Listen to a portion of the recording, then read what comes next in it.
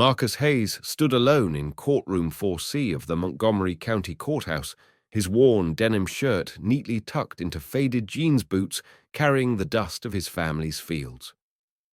The walls around him were lined with mahogany panels, and the air was thick with the kind of formality that weighed heavy on the uninvited. Yet Marcus didn't fidget, his hands calloused from years of coaxing life from stubborn soil hung steady by his sides.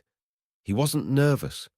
Not really. He was here because something wrong had been done to his land, and if no one else would stand up for it, he would. The silence in the room stretched out as he cleared his throat, preparing to speak not just for himself, but for generations who had tilled that same red Alabama clay before him. When Marcus opened his mouth, his words carried the slow, deliberate cadence of the Deep South. "Your Honor," he began, his voice carrying a thick drawl that stretched across vowels like syrup over warm bread. "I'm here 'cause that new pipeline's taken water from my east field." And just like that, it happened, the low, almost imperceptible chuckle from Judge Rebecca Collins perched high behind her polished bench. It wasn't loud enough to break decorum, but it was sharp enough to wound. She tilted her head slightly, lips curling in amusement as her eyes briefly flicked toward the court reporter. The message was clear. Did you hear how he said that? Her smile was the kind that adults reserve for children who mispronounce big words without missing a beat. Judge Collins interrupted her voice, lilting with condescension. "You mean irrigation? Mr. Hayes," she corrected as though she were coaching a kindergartner struggling through their ABCs. A few people in the gallery exchanged glances, a soft rustle of discomfort passing through the room. Marcus stood firm. "Yes, ma'am," he replied evenly. No heat in his voice, just an implacable steadiness that spoke volumes. He didn't apologize for how he spoke. He didn't bow his head in embarrassment. He simply met the judge's gaze, the years of hard-earned dignity etched into every line of his weathered face. Rebecca Collins had been on the bench for over 20 years. She had presided over high-profile trials, murder cases, corporate battles, bitter divorces. But this was supposed to be routine, a simple land-use dispute between a black farmer and a construction firm. Nothing that would ever make the papers. Yet something in Marcus's tone, his poise, unsettled her. It wasn't what he said. It was how he said it. Without anger, without shame, without the desperate edge of a man begging for scraps. He spoke as someone who understood exactly who he was and exactly what was being risked by standing there. For a moment the smile faltered from her face, but habit was a hard thing to break. She leaned forward and said a little too brightly, "Well, Mr. Hayes, please restate your complaint clearly, so that the court can properly understand." Marcus inhaled slowly, not out of frustration, but out of familiarity.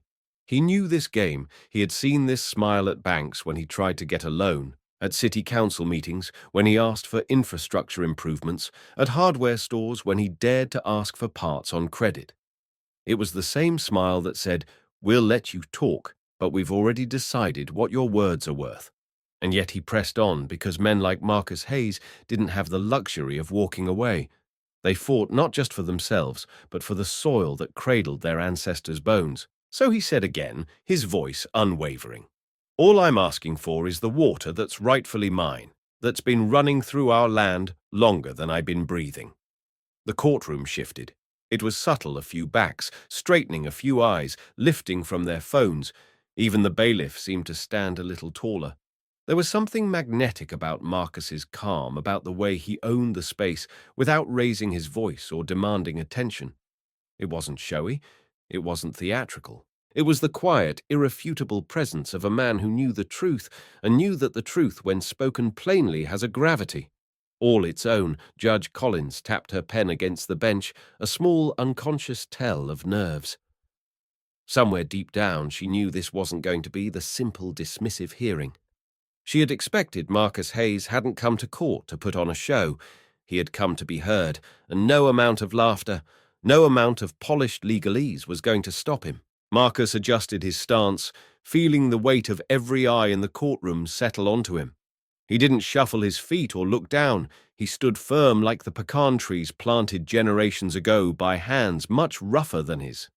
His voice, though marked by a slow southern drawl, was steady and clear as he began to speak. My granddaddy cleared our first field by hand back in 1938, Marcus said, letting the memory hang in the air.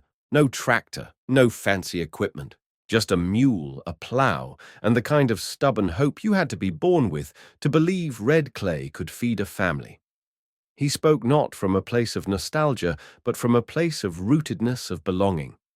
Every word he uttered wove a tapestry of labor, sacrifice, and silent resilience that stretched back through decades of sun-scorched summers and bone-cold winters. The room, once mildly amused at his accent, grew stiller with every sentence. He didn't stop there. Marcus pulled from the worn folder he had brought a folder so thick and well used that its corners were beginning to fray. Inside were documents meticulously collected, water reports, satellite images of the diverted stream, handwritten logs of crop yields year over year. This here, Marcus said, holding up a dated photograph, is my irrigation pump before the pipeline came through. And this, he pulled out another image, this one showing the same pump cracked and dry, is after. He laid out water delivery invoices, showing how he'd been forced to pay for trucked-in water since the pipeline's construction. There were letters he had sent to county officials, polite, formal, and unanswered, and maps that showed how the stream had served his family's farm for over 70 years. Every document he presented was a quiet act of resistance, proof that he had not come to court empty-handed or unprepared. As Marcus moved methodically through his evidence, a transformation rippled through the courtroom.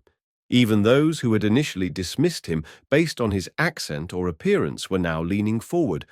Their interest piqued not by spectacle, but by substance. His words, simple and heartfelt, carried a weight that legal jargon could never replicate. There was no bitterness in his tone, no dramatics, only a deep, unwavering sense of what was right. A bailiff who had stood stiffly by the door now found himself nodding along unconsciously. A woman in the second row clasped her hands together on her lap, her knuckles whitening slightly with the tension of realization.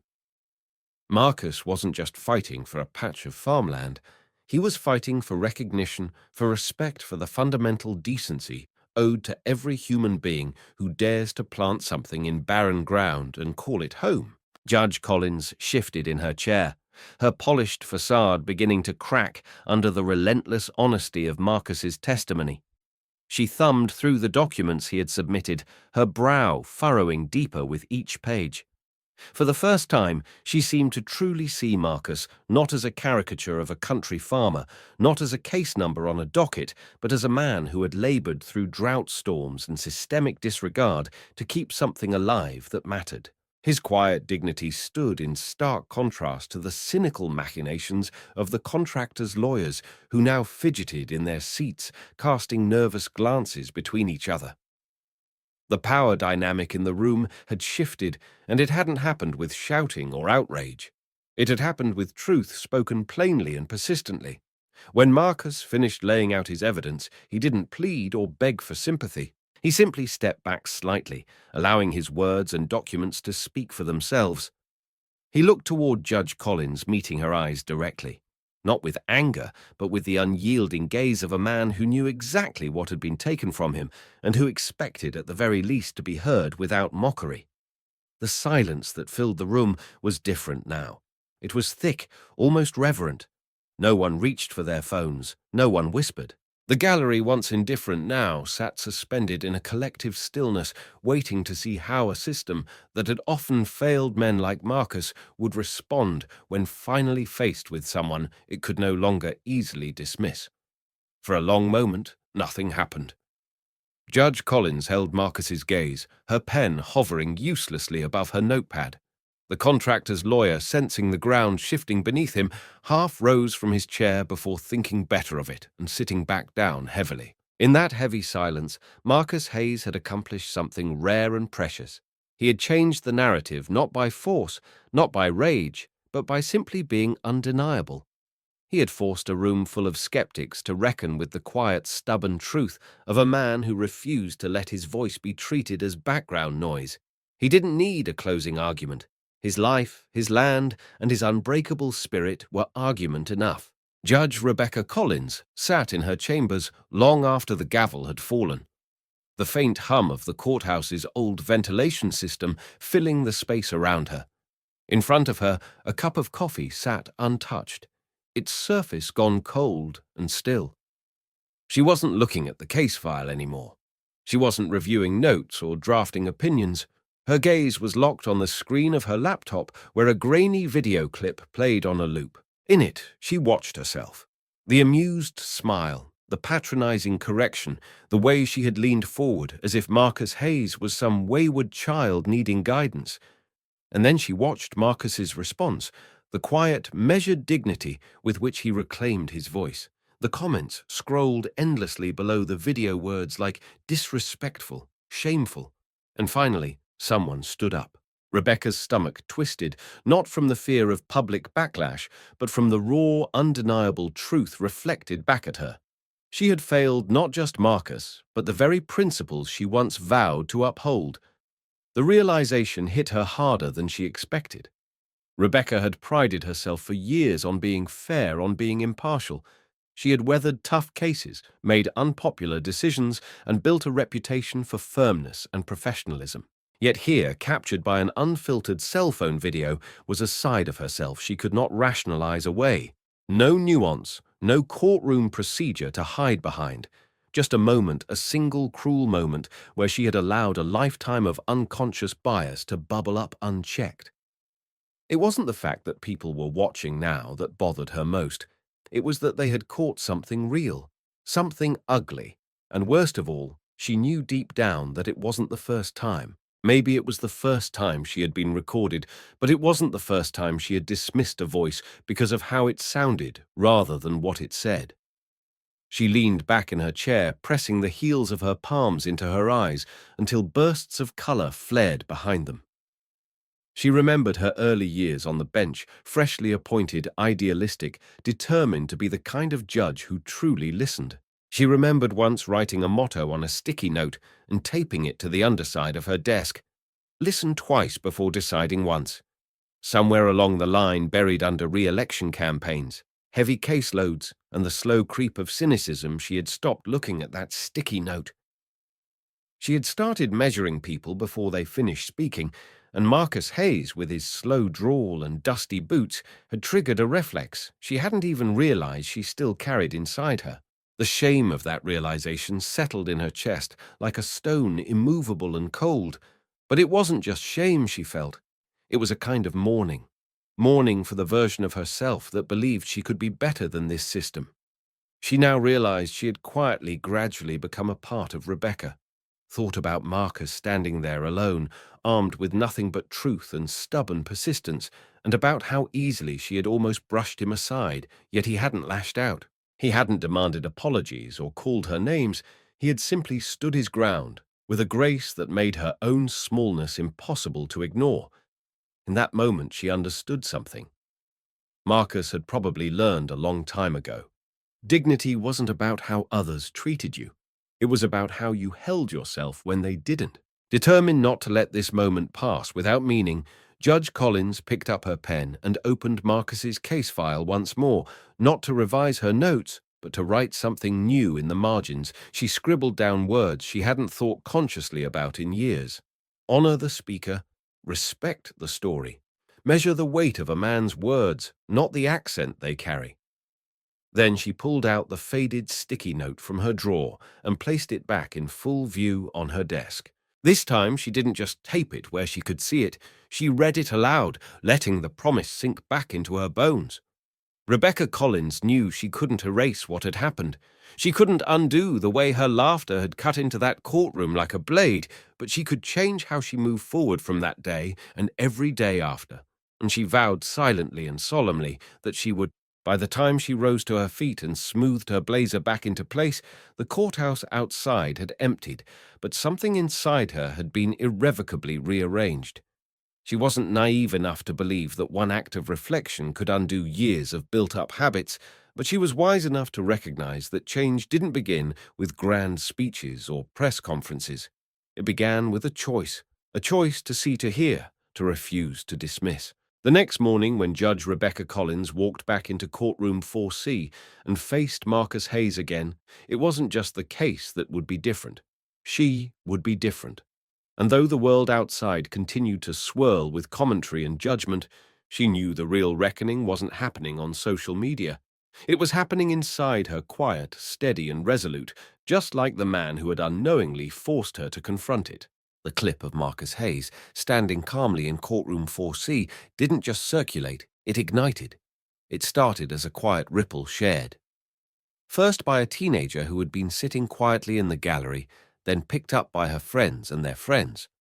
Within hours, the footage had crossed state lines, bouncing from Birmingham to Atlanta, from Jackson to New Orleans. By the next morning, it was on national news feeds, stitched between sports highlights and weather updates, titled with phrases like "Farmer's Dignity," "Silence is Courtroom," and "One Man's Stand for Respect." The short video showed no theatrics, no yelling, just Marcus, speaking plainly about his land, his legacy, and his right to be heard without derision. And that, it turned out, was exactly what people had been yearning for, something real, something unpolished, something true. As more people watched, Marcus's story began to transcend the dusty walls of that Alabama courthouse. It wasn't just about a black farmer and a diverted water stream anymore. It became a mirror reflecting back the countless moments when voices like his had been overlooked, mocked, or minimized. Comment sections under news articles filled with personal stories, a grandmother whose English was once laughed at in a hospital, a veteran whose slow speech had been mistaken for ignorance, a young woman whose job interview was cut short because of her accent. Marcus's calm, factual testimony had touched a nerve that ran deeper than any one courtroom battle. It exposed how easy it was for those with power to dismiss those without, and how much courage it took to speak anyway, knowing you might not be heard. The media couldn't get enough. Networks scrambled to find old photos of Marcus, to track down neighbors willing to speak about the quiet man who had, without intending to, stirred a national conversation. Think pieces sprouted overnight, dissecting not just the racial dynamics of the courtroom, but the deeper, quieter prejudices woven into the fabric of American life. The assumptions about who deserves to be listened to and who can be waved away. Civil rights organizations shared the video with captions about dignity and perseverance. Teachers incorporated it into civics lessons. Churches played it during Sunday services. Marcus Hayes, who had walked into that courthouse simply trying to save his crops, had unintentionally planted something much larger. A movement rooted in the idea that every voice, regardless of how it sounds, carries weight. As the story grew, so did the crowd around the courthouse. It wasn't a sudden flood. It was more like a slow gathering, like rain filling a dry riverbed.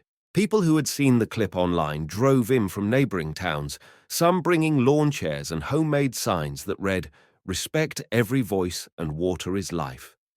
By noon the following day, local restaurants were offering free coffee to anyone visiting. The courthouse ministers stood on the courthouse lawn offering prayers. Law students carried clipboards, taking notes for what they suspected might become a landmark case about property rights and equal treatment under the law. The courthouse lawn, once an empty stretch of tired grass, became a gathering place for those who sensed that something more important than a legal hearing was unfolding. Inside, the courtroom itself took on a different energy.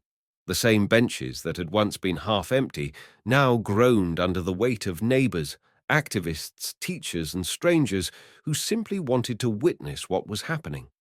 Some carried notepads, others carried nothing but a deep, solemn respect. Even those who had come out of mere curiosity found themselves caught in the gravity of the moment. Court officers who had originally been wary of the growing attention now moved with a kind of reverence, opening doors a little slower, speaking a little softer. It wasn't just that Marcus had changed the tone of his hearing, he had changed the very air in the room. You could feel it, the palpable sense that history, small but significant, was being written in front of them. And through it all, Marcus Hayes remained remarkably unchanged. He didn't court the cameras or wave to the crowds. He didn't give fiery speeches or call for protests. When reporters asked for interviews, he shook his head politely and said, I said what needed saying in there. That was all he understood in a way that perhaps no one else did, that the true power of his stand wasn't in the noise it created afterward. It was in the quiet clarity of the moment itself, the simple, unwavering truth of one man refusing to shrink before a system that had counted on his silence, and that truth once spoken proved contagious. It passed from person to person, stranger to stranger, like a torch, carried not with shouts, but with steady, unyielding hands. When the doors to courtroom 4C opened the next morning, it was immediately clear that something had changed. The stale, bureaucratic air that had once clung to the walls was gone, replaced by an undercurrent of quiet urgency. Every seat was filled. Neighbors, activists, strangers who had driven hours just to sit in the gallery and watch. Even courthouse staff moved differently now, no longer performing rote tasks, but stepping carefully, respectfully, as if they too understood the gravity of what was about to unfold. Marcus Hayes stood near the counsel table wearing the same worn denim shirt he had worn the day before his presence, calm and steady as a riverbank.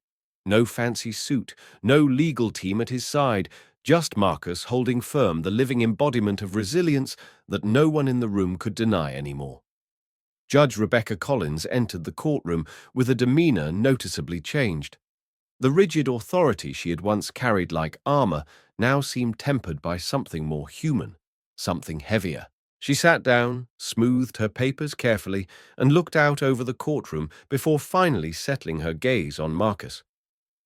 There was no condescension in her eyes now, no impatience, only a deep, almost reluctant respect. She cleared her throat, tapping her gavel once to bring the room to order, though the audience needed no reminder to fall silent. "Mr. Hayes." She began, her voice more grounded than before.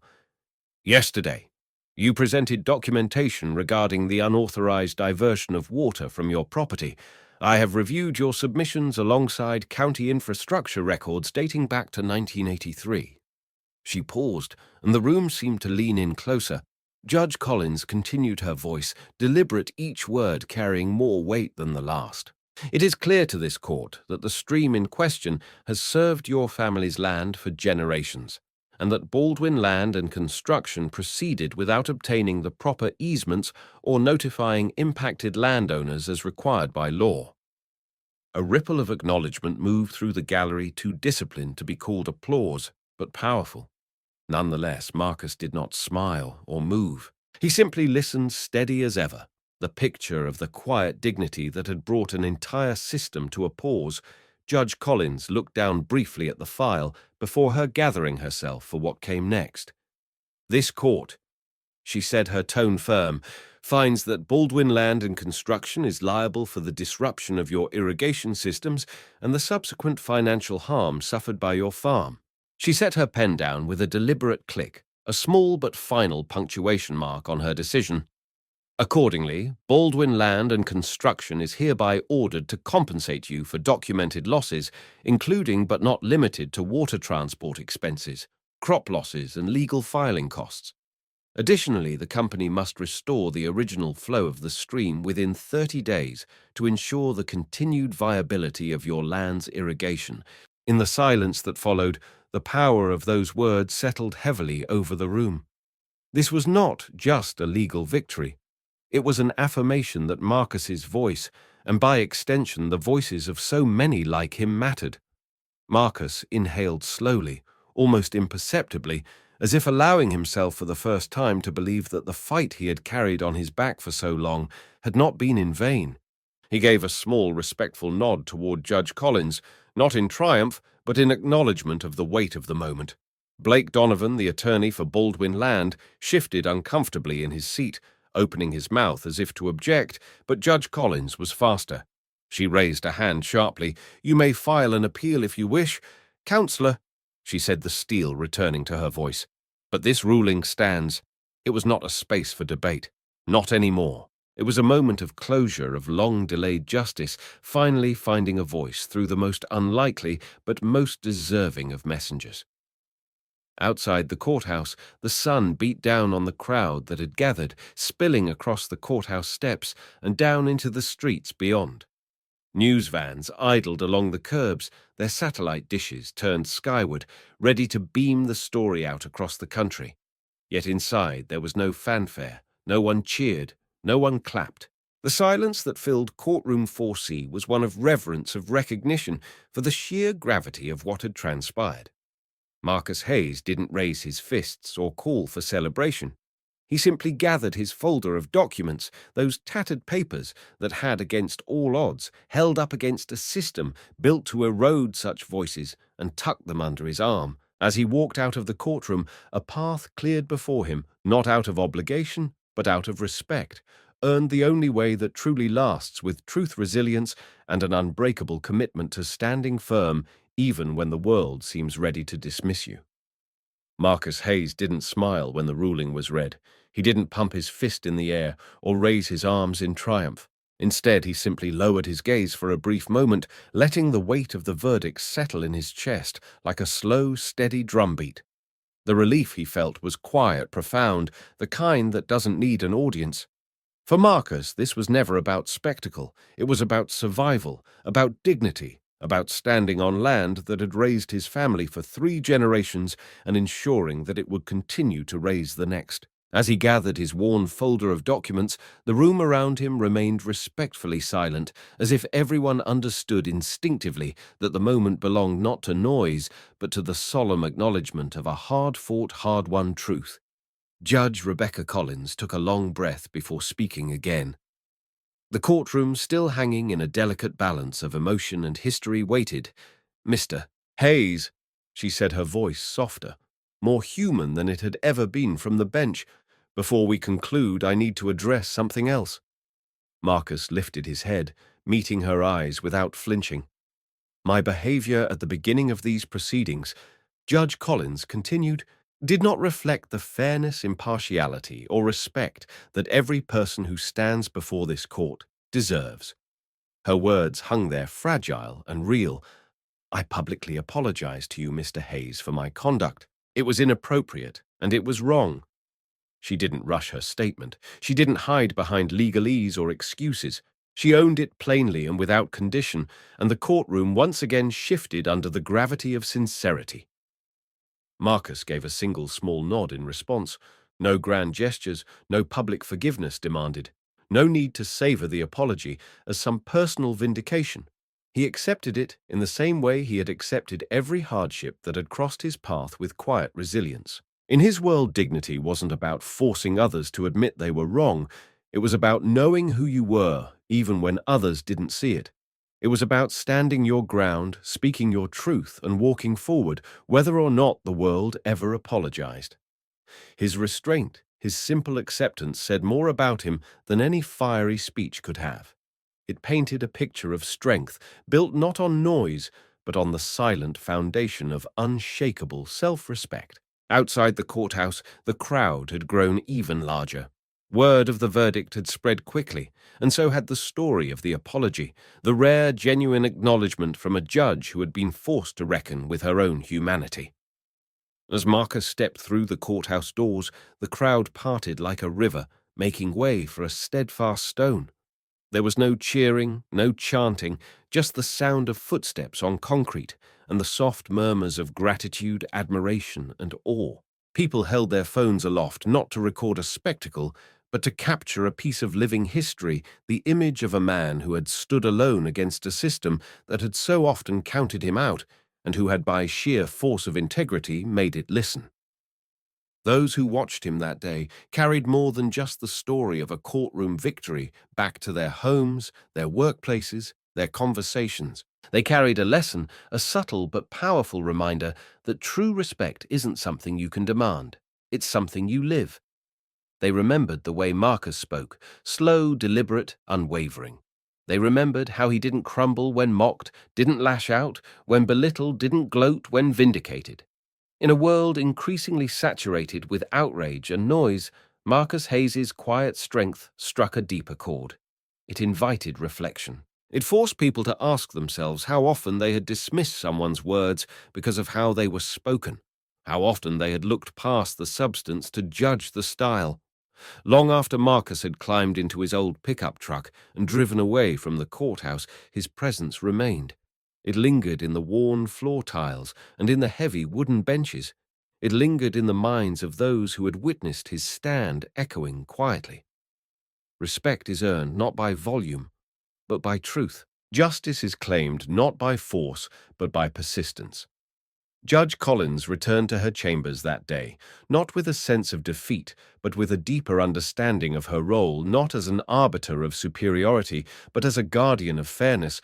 And across the country, as Marcus's story continued to ripple outward, strangers found themselves remembering the simple, undeniable truth he had left behind. Sometimes the loudest victories are the ones won without ever raising your voice. Even after Marcus Hayes drove away from the courthouse in his dusty old pickup, the story didn't end. In many ways, it was only just beginning. His quiet stand, captured in a grainy video and shared across millions of screens, rippled far beyond the walls of Courtroom 4C.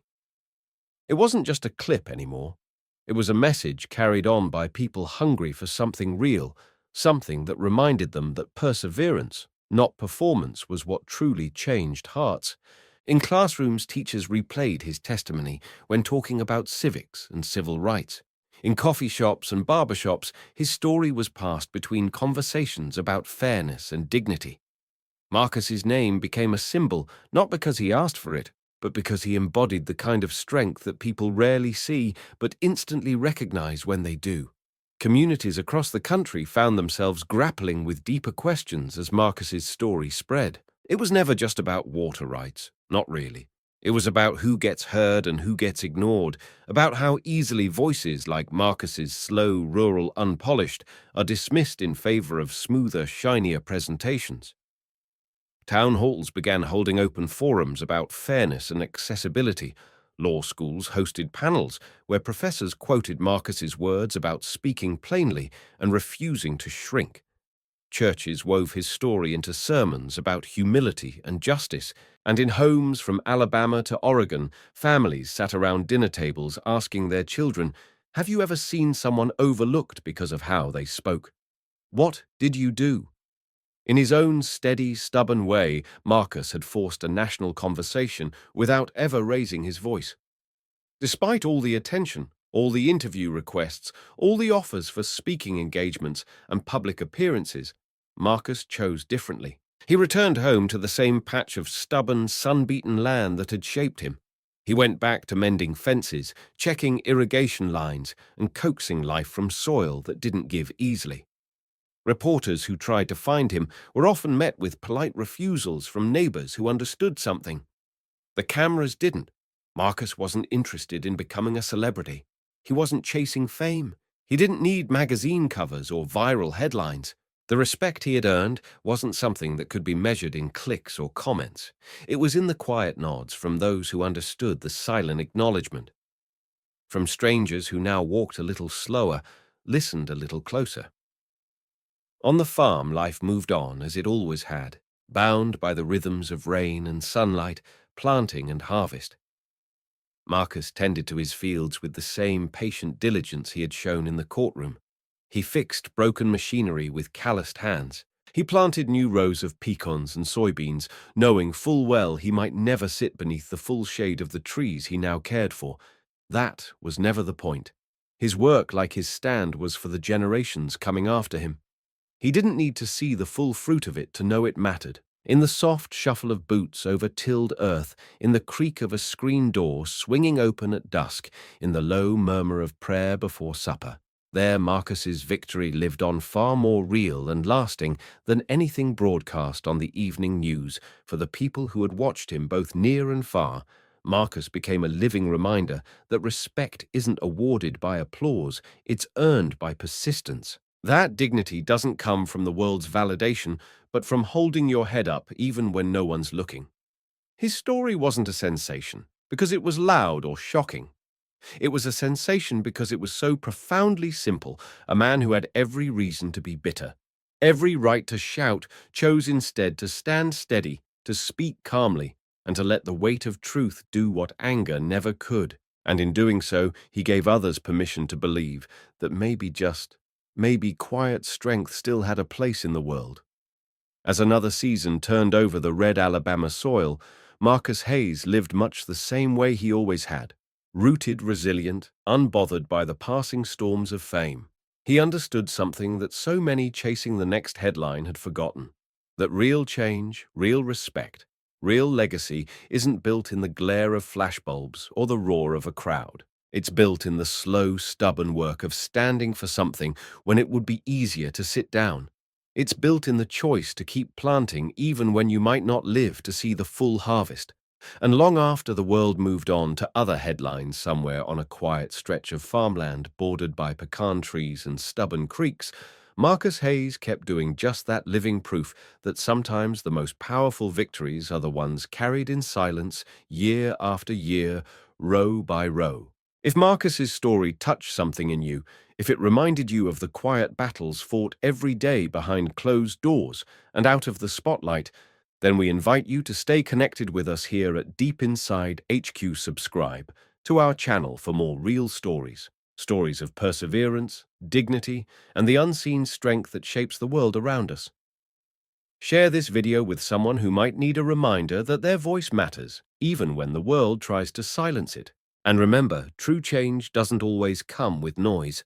Sometimes it begins with one person standing firm when it would be easier to walk away. Stay with us because together we're uncovering the stories that deserve to be heard.